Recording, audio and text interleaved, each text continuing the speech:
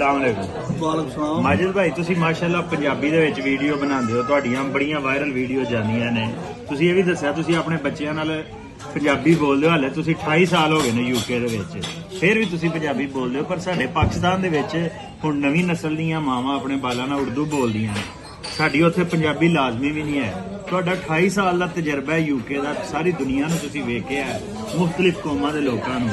ਤੁਸੀਂ ਆਪਣੀ ਕੌਮ ਨੂੰ ਕੀ ਪੈਗਾਮ ਦੇਣਾ ਚਾਹੋਗੇ ਕਿ ਆਪਣੀ ਮਾਂ ਬੋਲੀ ਦੀ ਅਹਿਮੀਅਤ ਕਿਵੇਂ ਜਾਣਨ?